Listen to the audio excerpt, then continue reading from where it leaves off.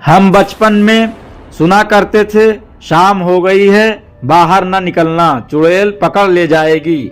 वो बाहर घूमती रहती है।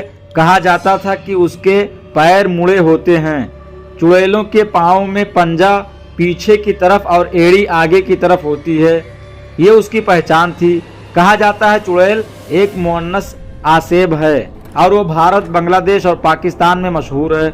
वो आमतौर पर दरख्तों में रहती है, इस वजह से उसे दरख्त की आसेब कहा जाता है।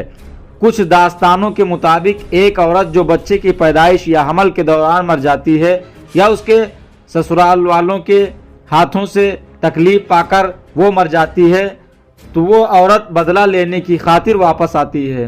वो ख़ास तौर पर मर्दों को निशाना बनाती है। ज़्यादातर चुड़ैलें बदसूरत और पोशीदा होती हैं, लेकिन उनके पास एक ऐसी ताकत होती है कि वो किसी भी खूबसूरत औरत की शक्ल में बन सकती हैं और ऐसा करके वो मर्दों को बहलाती फुसलाती और फिर अपने जाल में फंसाकर उनको मार देती हैं।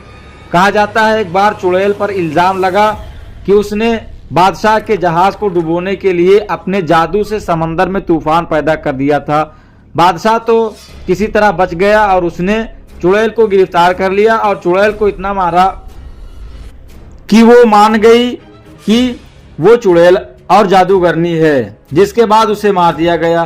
ये सब तो वो बातें हैं जो आवाम में मशहूर हैं। इस्लाम में इसकी क्या हकीकत है, क्या इस्लाम में भूत प्रेत हैं या नहीं?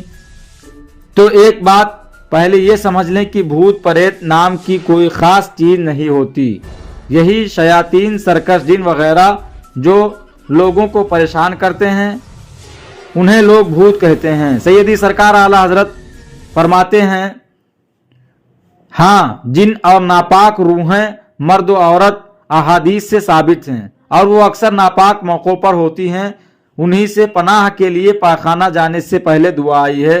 ये भी जाने कि अहादीस व तफासिर में जो ये जिक्र आया है कि भूत प्रेत का कोई वजूद नहीं, उसका मतलब ये है कि अलग से कोई भूत चुड़ैल नहीं, बल्कि लोग जिसको भूत प्रेत चुड़ैल कहते हैं वो शरीर अजिन्ना में से होते हैं। जो हम बचपन में सुना करते थे वो हमारे बचपन की बचकाना बातें हैं।